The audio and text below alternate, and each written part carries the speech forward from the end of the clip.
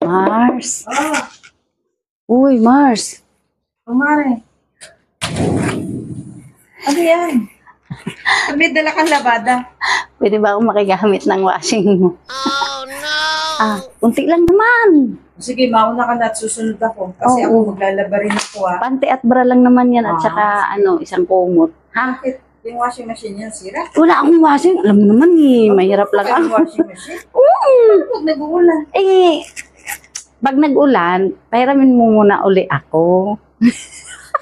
Ha? Sige, sige, Mars. Sige. Hindi lang kita kumare. Oo, sige. Sige. Okay, salamat. Kape ka ba dyan? Meron, kaya lang. Oh, no, no, no, no. Wala ka naman pasok eh. Nagising kasi maglalaba ako. Pero ikaw muna yung maglaba. Sige, okay lang. Ako muna. Kunti lang naman yung akin. Nandito lang naman yung washing mo eh.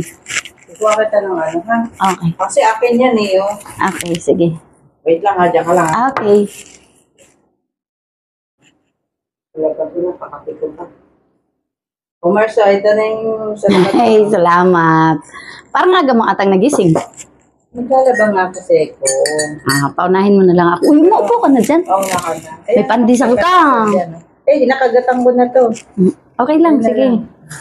Alam yan, upo ka na dyan. Kakahiya naman sa'yo. Ako yung nung una ay. Hindi, okay lang yun. Uy, Mars, may sasabihin ako sa'yo. Ano? Ang bigat na lang yun.